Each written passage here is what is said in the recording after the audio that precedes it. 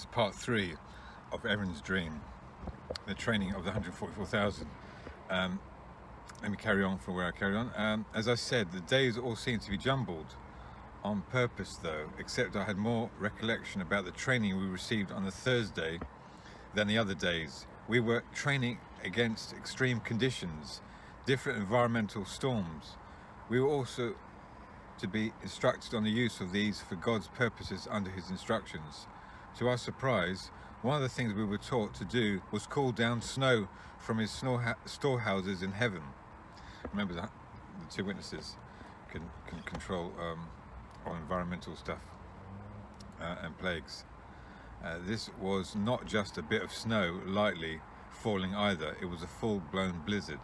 I looked down at my feet and started to snigger as I was wearing inappropriate footwear. I was wearing bright yellow canvas boots with heels and a white rubber sole. The instructor smiled at me as I raised my hand to ask a question. Me, how can I do anything in a blizzard with these on? Everyone started laughing with me on this question, as each of us seemed to be wearing impractical footwear. Instructor said, "Good question. Sometimes you appear completely out of place for the conditions, yet you are not as far as God is concerned. You will blend in at times and stand out in others. God will not give you something you are unable to function, whether this is a storm, wind, rain, a chaotic scene, or even a battle with the enemy. No matter what you wear or your abilities or what you think are inabilities, God will use all of this for his purposes." Me, thanks for explaining this to us. Instructor, laughing, you will not be easily forgotten when appearing before a crowd to stand against them while calling down snow from heaven. You will also not be forgotten when you are able to crush rocks with your hands. No matter what the circumstances, God will equip you. Me, what about when we are in foreign lands or talking with some with foreign tongue? Instructor, the timing of your question is perfect. By tomorrow morning, you will know all of the language of man, all of the languages of man. Each one here will know the language of the land, no matter where you are called. Remember that Pentecost, they all spoke different languages. You also understand all technologies. You will be able to know the thoughts of the wicked.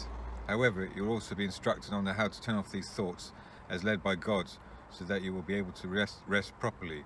You will only understand or have understanding as revealed by God. Reading thoughts. Remember, Jesus was able to read the thoughts of the Samaritan woman about how many husbands she had or didn't have. Carry on. Me, are we unique in all what we, or are we the same? Instructor, you have only to look around you to see that you are not clones. You are a unique handprint from God himself, and each one of you will also have specialities. Some will be called for different assignments. However, in all things, all will know that you are a child of God and special for his purposes. At this point, one of the members had to leave, but just for the rest of the day, he waved to us and then was gone. The instructor waved back and then continued. The instructor said, "There will be nothing able to come against you with any success. You will be a great frustration to the enemy. You will be a banner of God's hope to those who seek him and those God has called. You will see and experience many difficult things. You will work 6 days and rest on the 7th day. On this day of rest, God will whisper to you mysteries, and you will dream of things to come in the next week. You will heal and display awesome deeds. Never has there been a time and times like these on earth, and never will there be again. Now take courage. You are here because you are zealous for God.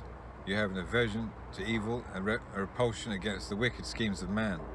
When you are present, lying tongues will confess to their deeds, and their vile plans will be on full display to all to see. You will be both hated and revered, as all will confess that you are part of God's army. Although the enemy will create an illusion of grandeur, as he has some knowledge of or memory of heaven, he will do nothing but accuse God day and night in his attempt to elevate himself above God in heaven. But unfortunately for him, he will instead be exposed by God's remnant. I'll carry on the next part. God bless.